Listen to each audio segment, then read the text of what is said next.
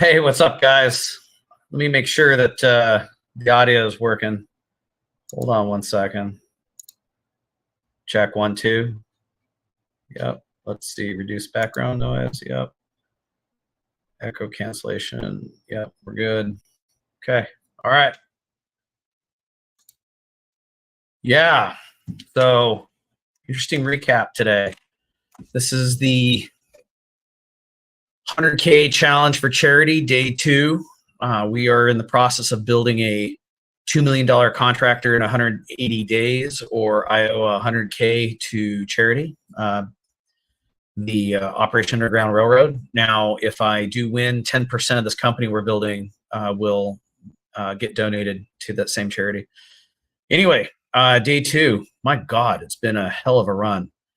So I landed in Dallas. I purposefully left my bags on the what do you call it, the carousel, and so because I knew they would put it in a locker because I didn't have anywhere to store it. And the first thing I did was I went and I played some cards at Texas Card House. I got there probably 6 p.m. by 5. It felt like 5 because Puerto Rico time. I was done by 2 in the morning. Found myself up well over $3,000 on a $400 buy-in, which was amazing. But I had a ton of cash, so at that point, because right now I am both vegan, booze-free, can't swear. And there's one other constraint I totally. Oh yeah. So I'm Ubering everywhere. So from Texas Card House, I Ubered to a Denny's and proceeded to drink tea because I can't eat anything else until it was morning. Went to the bank, got a bank account, put the cash in. From there, I then got this hotel room right next to Texas Card House. So I'll be back tonight. Yeah, so did pretty well. If you want the blow by blow on that, that's cool. The first thing I did was I joined Remodel Commander. So after when you look at the Uber to get to from the airport to TCH, I dropped like 40, 50 bucks. I'll get the exact numbers for you guys later. I'm exhausted, haven't gone to bed yet. But found myself well up 3,000. So I made the decision to spend $3,000 on an $18,000 commitment to join Remodel Commander. And the reason for that is because I know, I mean, like, guys, for a number of reasons. Obviously, for the marketing support and all that, but really it was to get leverage, to get, and that's the key theme of this entire thing you're going to see is getting leverage. Number one, I can move a lot faster when I'm using an existing brand. Number two, I have the saying that talkers talk, builders build, counters count. I'm a talker and a counter, not really a qualified builder. So I need that kind of backup. And so what I did was I joined RC, I onboarded, I took my certification exam so I could get my marketing turned on. And so right now they're building out 2 websites for me. I'm building out a handyman business website and a design build website. I'm probably going to convert the handyman to just general home improvement and cover everything from like exteriors, window siding, gutters, roofs, all the way down to handyman stuff. And then the design build business will take care of outdoor living and additions, ADUs, kitchens, all that good stuff. So that's being built. I expect that website to be done by Tuesday. But interesting thing I did today, I worked out 2 deals. I worked out a partnership with a Remodel Commander who has just absolutely clobbered the handyman business model in order to bring his handyman brand to a new market. And the cool thing is we're just going to build it right off of his existing website. We're going to get all that juicy SEO and his processes and his call center and his sales guy. I am super pumped for that because I'm going to turn the ads on Monday. I expect to have work booked probably by Wednesday, this coming Wednesday. And I'm going to push all that work at least 2, maybe 3 weeks out to give me enough time to recruit the technicians to actually do the work and get the systems on the ground put in place before my next remodel commander bill is due. So that's why I'm totally not afraid of spending 30% of my net worth during this channel on challenge on joining RC. And then I also worked a deal with a RC that has a great design build brand who can cover down on my weaknesses, specifically in estimating, and help me transition this business when the challenge is over. Because what I don't want to do is what happened in Undercover Billionaire, where these guys built these $1 million businesses that never survived once that billionaire left. We're not doing that. Absolutely not. It's unfair to the customer. It's unfair to the employees. We're not fucking doing that. Oh shit! Damn it! I just got hit with 3 points. Anyway, so who were they? So now I'm in Dallas right now. The partner that I found is in Seattle, and you'll see in the videos when we drop our first episode, his condition for coming into this was, so he's out of Tacoma. He wants me to move to Seattle. That way he can be within an hour's drive of the projects in case something goes wrong. I'm not opposed to that because my whole point, 3 times. Yeah. My whole reason why I came to Dallas was, number one, I'm familiar with the market, having had a shop here before. Number two is that there's no GC license required. So, this particular person has a great brand. He's going to serve as my construction director in the Seattle business, even though he's running a shop in Tacoma. And so what is he going to do? He's going to do my estimates, and he's going to review my drawings, which that's my weak point is construction plans and estimates. I got the rest. We're all good there. And so that those have been the challenges. I'm probably going to end up leaving Dallas as soon as I have an operating agreement signed with the gentleman in Seattle and the gentleman in St. Louis who has the handyman business. I just introduced those 2 guys over Zoom. They both know each other kind of in RC. And a big thing that came to my mind was, can the average person do this? And the answer is yes. Yes. Like, the whole reason to, anybody within RC would have access to these connections, and it's not cheating. This is leverage, right? Cheating only exists in school, sports, and taxes, right? Everywhere else it's called using what you got to your advantage. I have an unfair advantage in that before I became a contractor or even understood contracting for that matter, I was a professional deal maker in finance. So this is all very natural to me. It's find the dude that has what I don't have, figure out what I have that he wants, and make a deal. But yeah, so that's pretty stinking cool. You'll see in the episode the negotiations. They're ongoing. This is all very tentative. But if this deal doesn't seal itself by end of day tomorrow, I'm just going to plow ahead with Texas and build a brand new brand, which I don't want to do because that it's going to make it 20 times harder to meet the goal. But yeah, so that's where we're at. Tomorrow, I'm writing. Actually, no, I'm going to take about a 2 hour. I'm going to take about a 4 hour nap, and then I'm going to hit up I'm actually not going to go to Texas Card House tonight. I'm going to go out to the fort in Fort Worth. It's a lot more action there. I purposely played like I was a stupid fat tourist. Well, I'm not stupid, but I am fat and I am a tourist. And just skin some dudes alive. But the thing is, they all know that I really know how to play. So I'm gonna head out to Fort Worth and see saludo. See what we can't pull off out in Fort Worth tonight. And tomorrow morning when I agreement, that's all going to be filmed. You'll have an over-the-shoulder look of me structuring an operating agreement, structuring this deal with two parties, and we'll close on the deal tomorrow night. And then I'll direct my RC support staff as a client to build out those two websites.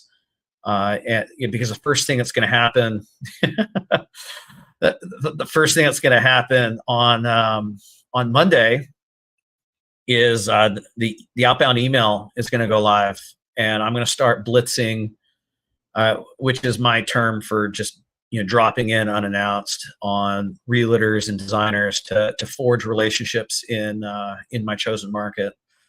While the email's going out, because we got to get those meetings going. Every single design relationship. Somebody asked, "What's the name of the YouTube channel?" It's just Remodel Commander.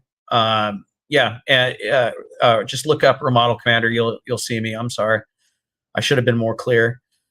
But yeah, so the thing is, for every good design relationship we build, that's at least $1 million of work expected over the course of a year.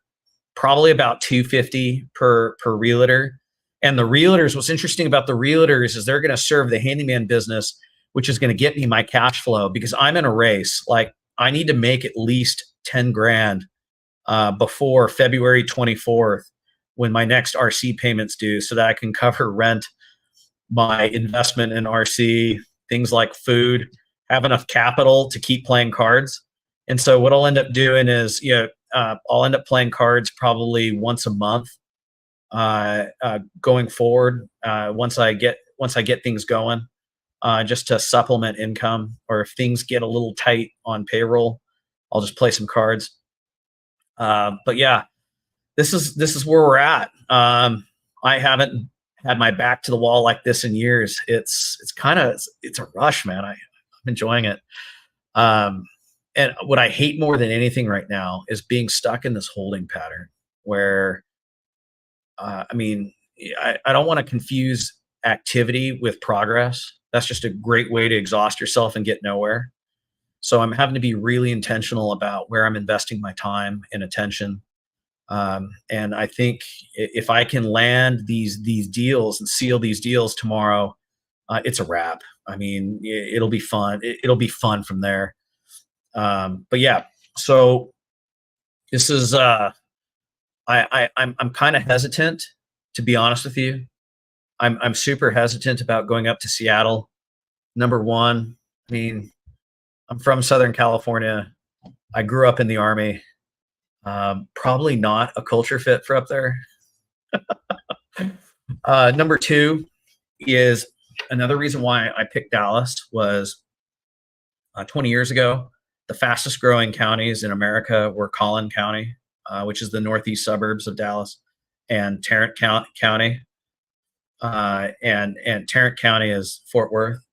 And the thing is, if you want to look where the next realtor hot zone is going to be, just look at where there was just crazy housing growth 20 years ago.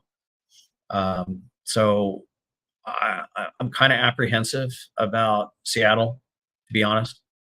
Another reason why I'm apprehensive about it is it's largely based off of the tech sector, and the tech sector goes into recession when interest rates skyrocket. Because the tech sector is fueled by venture capitalists getting access to cheap money so that they can go make stupid bets on like dog whistles, tech chip dog whistles. And right now with interest rates at like 20-year highs, I'm sure that's put a chink in their business plan. But I don't know. Microsoft's not exactly a tech startup, and not as influenced by interest rates. So if this thing does go forward, I'm going to very narrowly focus on Bellevue, which is where most of the tech talent in Seattle lives. Kirkland, where Costco is headquartered. Medina, that's where billionaires like Jeff Bezos and what's his name from Microsoft live. And Redmond, where Microsoft is headquartered. I'll probably just focus there. Stay as far away from Tacoma and downtown Seattle as I can. I don't know. We will see. This is part of entrepreneurship, is just managing the unknown unknowns. Like, sure, do I know if this deal is going to sign? No. I mean, I'm pretty sure of it, about 80% sure of it. But I don't know where my blind spots are, and that's what usually gets us as entrepreneurs. So I'm trying to be very vigilant here. Yeah, sitting on $7,100, which represents about 30 days of living. So if this thing doesn't sign tomorrow, just to keep the challenge going, I'm gonna have to start up a handyman here in Dallas without a track record and get that sucker cash flowing, just to keep my nut, or make my nut. Preneur Services just said, I've been implementing your strategies here in Ohio. That's amazing, man. Or he just started. I love it. I love it. I love it. But yeah, so yeah, that's the day's recap. I mean, had some killer win at the card table. I'd like to have signed my joint venture deals with the partners that are bringing the brands and the GC licensing, estimating expertise today. I feel like I'm losing a day that I don't have. But yeah, so it is what it is. If I'm not in production by tomorrow, I'm staying here in Dallas, straight up. So that's the challenge. Those are solutions. The way ahead tomorrow is just super technical. Writing that operating agreement. You're probably wondering, Lane, why don't you get a lawyer? I don't have the money for a lawyer, and I've read thousands of operating agreements. So I'll just DIY it and come what may. One thing we're going to have to do is delicately manage equity splits with the potential partners. Most people go about this wrong, and they do a fixed equity split, and then that creates a lot of resentment and indignation and conflict towards the end, because not everybody contributes equally to a project, and so some people end up being unfairly compensated. What we'll do from there is I don't know if you guys have read there's a really interesting book I love. It's called Slicing Pie, and it talks about dynamic splits. And in a dynamic split, every year we reset the percentages based on who contributed what value to the company. You still get credit for what you've done in the past, but we reconfigure it every year, and that seems like a fair way to do things, and to keep everybody motivated and rowing in the same direction. And if a partner just wants to help get something launched and then rest on their ass, totally good. They're just going to see their slice of the pie getting smaller and smaller. The slice will never go away, but it's the active partners that are going to be accruing bigger and bigger pieces of it. So that's how I'm going to navigate that potential problem going forward. As soon as I hit the ground, I turn on marketing, and I start recruiting realtors and designers into referral partner relationships. I'm also going to have to hit up the building warehouse. The supply warehouses, the lumber yards, etc., to find my first handyman technician. The good news is the subs out there are really thirsty for work right now, so I'm really optimistic we'll find the right guys. So you'll see me negotiate those offers of employment, how they're compensated, how they're managed. This is going to be fun. We're getting to the super fun stuff. So anyway, that's what's happened today. See what I'm going to go take a short nap and hit the card room tonight. What time is it? It's 5:30 local. Probably take a 4-hour nap. Get out there about 10. Play till 2. Go back to sleep. Start all over tomorrow morning. Got to write some operating agreements. But yeah, that's where we're at. And you guys be good. I'll see you.